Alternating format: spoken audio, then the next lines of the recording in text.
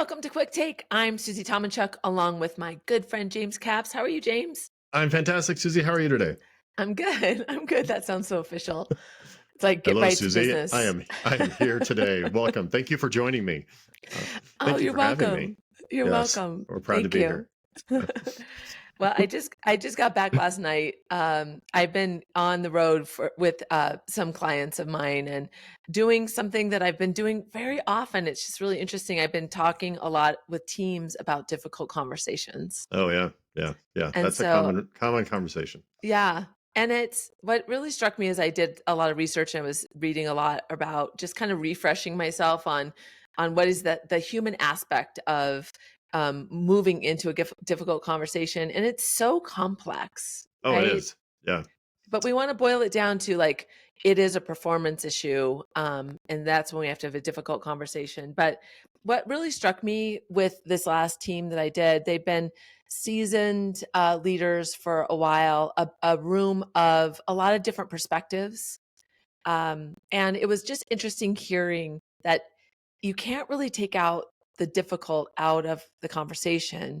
And you have to really be thoughtful about the way you're delivering it, but also Hmm. how it's being received Yeah. and what that is. And also, one thing that really came up was you got to really be thoughtful about the timing of it and how to do that to make sure that the message that you're trying to articulate is really lands in Yeah. the right Yeah. context. Hmm.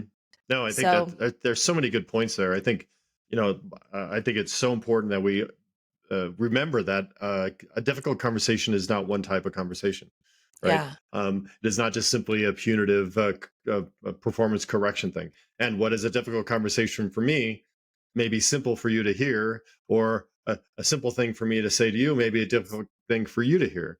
And yeah. so we have to really be thoughtful as leaders to say, all right, this may be a difficult conversation from somebody's point of view, and I need to behave in a certain way. So it is something that I think we probably put not the right attention to, and probably the attention at the wrong time. Yeah, for sure. And one story, and I'll tell you this story that happened to me. It was actually a couple months ago. I had a virtual assistant that had been working with me, and I just love her to death. She was really great. She loves what I'm doing. She was really just had so much passion for the business. Problem was she wasn't very detail oriented. Mm, mm. So, like, she was getting meetings wrong. She was, like, Oh no! not writing things the right way, and what was Right, happening was I would talk to her, and it just wasn't improving. It just wasn't her kind of, like, thing. But I really felt bad because I right, liked her, and I knew her personal situation, so I didn't wanna do anything, right. to inhibit that or stress her out, and so I really tried hard to work with her and be really, really clear. I even talked to my Hmm. daughter about like, if I say it this way, will it Right. land? And there was one other contributor. This is the second VA I had gotten from this place. And the first one, we just had a conflict with Yep. our Yep. personalities. And Right. so I was Right. like, but if I get rid of her, it'll be more Is it about you? it was a Right. me Yeah. Yeah. thing. And it was Right. like Right. my Right. ego also got in the way Sure. of So all sorts how of the things. Yeah. optics. Yeah. Hmm. Hmm. So I think that when I looked at where difficult conversations show up for me, it is just in what is that transaction or that feeling that Sure. go along with Sure. it. Right. That's a great example of at the end of the day, maybe the difficult nature of that conversation was more about your stuff and less about her stuff. And then maybe Mhm. in this case, after you did have that difficult conversation for her, she was happier. She could have been more Mhm. clear on her role. She had less ambiguity. So it is funny how, you can never presume or assume how that difficulty thing is going to land. And I think that's why it's so important. We're good at this, and we give Mhm. time to be good at it, and we treat it like a muscle, and we have to ensure that we are practicing this and trying to be good about it. Yeah, so I'm really excited because I think I'm interested to hear what your tips are on approaching this, and if you believe have they become less difficult for you? So Yeah, I do think they become or less difficult. Granted, there's conversations I have where my heart still races and I still get sweaty palms because they're hard. My yeah. baggage gets into into the mix. Um, the first tip I give, I think, is so important because it's foundational, and it frustrates me to no end when I talk to leaders Or I talk to employees and they tell me that their leaders, they don't have a one-on-one, a regularly scheduled Gosh. one-on-one with their employees. And if you're going to have difficult conversations with somebody, it is so much easier when you have a regularly scheduled conversation with them to have a rapport, to create that Yeah. opportunity to do that. Now, I'm not saying you need to have the difficult conversation during your one-on-one. I'm saying that it is incredibly hard to talk to somebody once a year and have that one conversation be a challenging conversation. Absolutely. It makes me think of when my dad comes over and spends time with my kids when they're in town. He never sees them. Yeah. He's grandpa, and their conversations are always weird. It's uncomfortable because he doesn't know them. He doesn't have Yeah. anything in common with them. He still Yeah. thinks they're in fourth grade. He occasionally brings up, a baseball team that they played on and 15 years ago. And it's always weird because he doesn't have a regular cadence with them. He doesn't Yeah. see them on the regular basis. And Right. I think that as leaders, it's important for us to make sure that we have a scheduled meeting with our employees. I don't care if you sit next to them, share a desk, share a chair. You need a regularly scheduled meeting with your employee to give them an opportunity and a ceremony during which you can have a conversation with them. I do mine every 2 weeks. I do my staff meetings on the alternating week. So one-on-ones one week, staff meetings are the next, then one-on-ones the following. Make sure I have a regular cadence. And then when I do have a difficult conversation with them, I've already known what's going on with them. I don't have to have all these other things going on. It makes my rapport with them that much stronger. Yeah. That's so great for on two levels. One is just that trust. People Hmm. can hear or will really listen well Yep. when Yep. there is that connection. But I Hmm. love that you use the story with your boys, because what it made me also see is we feel like we know our employees because we Hmm. think about them, or there might be some time between those meetings where we have the context, but to them it may feel like it's very sporadic. And so having Absolutely. that regular cadence, I hadn't thought about it that way. It's a real nuanced thing about how Sure. they see you, because it Yeah. doesn't feel the Yeah. same. No, it's exactly right. I think that's a really great observation there about how we think about our employees and what and they think about us and what kind of a relationship Yeah. is really there. And just no relationship creates a relationship. There is ambiguity Yeah. creates something. And Yeah. so I think it's so important that if it to be good at a difficult conversation, you need to have more than one conversation with your employee. And so my first tip is certainly make sure you have a regular cadence. I love it. That's so good. That's so good. Yeah. And you'd also said too is be careful not to just cancel your one-on-ones. I know that was a separate one, Right, but right, I've right. used that many times when I talk to teams is Oh, don't just do it, even if it's a high performer. At least give them some context. Hey, I have to cancel it this week, or just be right. aware of what you're doing in that habit. I know that's a different one, but No, I but thought that that's a was great so good. message on that too. It drives me crazy when I have a regular people tell me that they do have a scheduled meeting with their manager, but it's canceled every week. Why don't you just walk by their desk and hit them upside the head and move on? Right? I mean, it's the same thing. It's just a Right. slap upside the head. Don't tell them why, just tell them what does it mean. Just, I'm just going to smack you. I mean, Yeah. there's so much said there. So don't get me started on that Oh, topic. But but the key is have it. just because it's on your calendar doesn't count. That's right. That's right. That's right. Nobody, you're not getting points for scheduling it. You get points for having. Okay, fair. All right, what's two? Number two. So the second big important thing when it comes to difficult conversations, and I think you touched on it, was have it done at the appropriate time, and be thoughtful of the time and place to have that conversation. It's just critical when you want to be able to have it in a very structured way. You don't want to do it, in the break room. You don't want to do it Yeah. in front of a bunch of people.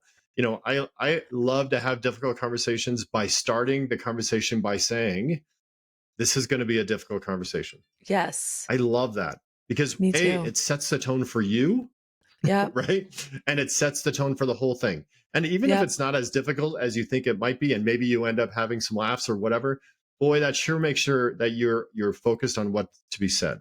Because so Yeah. often when you do sit down with somebody, and if you do work with them a lot and you do have a rapport, you're going to start talking about something less appropriate, or maybe you're going to augur in on project status or what happened at a sporting event. No, you need to have a difficult conversation. That's what that conversation is for, Yeah. right? have it at a right time, have it at the right place, and make sure that that's a dedicated point in time, a dedicated event to have that conversation. I love this one. Seriously, this one is an absolute. Hmm. I got this tip way back when we were work for Comcast. I don't know if you got it from our friend Katie, and she had said when I had a difficult conversation, it was actually getting rid of somebody. Hmm. Go in and say, "This is going to be hard to hear." Yep. And wait Yep. 30 seconds, because what you're doing is you're allowing them to kind of shift their orientation Hmm. to be Hmm. able to go, okay, I need to kind of, you're giving them time to kind of Absolutely. like get in the mood, if you will. Oh, totally agree. Totally agree. And yeah, I would easily offer up a lot of what I know about leading people to Katie. She was quite Okay, fair. amazing. So We shout love out to Katie. Katie. Okay. Um, so Katie. that I don't know what that was. All right. Are you okay? Hashtag. Are you having a seizure? Hashtag. Oh, hashtag I see that now. I Okay. know that was like 5 years ago or 10 years ago, That's but all right. Put okay, your fair glasses enough. back on. Let's move on. Third item, I think, which is super important for everyone to remember, is that you really want that conversation to be constructive. And Yeah. it should, and we talk about this as the difficult sandwich, where you want to talk about something good, you want to talk about something bad, and then you follow it up with something good, right? You need to make sure that they can hear what you said by making sure that there is a cadence to what's being told. Nobody can effectively respond to a getting yelled at. When you have a difficult conversation with somebody and all it is negative, there is just it's not as constructive, and it's hard to build on that. So I love to say things like, you're a great employee, here's the problem, you're still a great employee, we love you. Hey, this is some things you do that are really well, this is something we need to change, but don't forget we do things really well. That difficult sandwich is a great framework to have a hard conversation with Okay. So I'm going to disagree a somebody. little bit. All I'm right. going to disagree. This is a moment. I don't feel like I've Okay. ever officially done this. So I used to work with a good friend of mine, and she hated the sandwich. She Okay. just loved like direct feedback. I love the Sure. sandwich. Yep. And Yep. so I think some people need it different ways. But I think the key is you have to have a discussion outside of the difficult conversation to say, how do you like to have feedback? And how do you like Um, to get it? you're not wrong, and I'll agree with you. I'm not. I think at the end of the day, in a perfect scenario, you should understand how your employee takes feedback, right? Hmm. And Yes. there are people who are going to be better at taking it very bluntly. Hey, don't pick your nose in a meeting, right? Blunt, straightforward. And, Gross. and um, that's good feedback. I'm not saying that hey, No, you need it to get the is. That's that's good feedback. necessary. That's necessary. But I also think that there are times when then that a different style is appropriate, and it does. Again, Yeah. like not every conversation is the same, not every person is the same, not every difficulty is the same difficulty.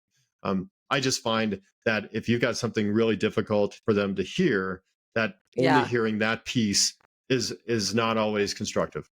Again, as a good leader, we should know our people better, and know that people are going to hear things differently. And so it is a challenge always to get them to hear it. But I think a good option.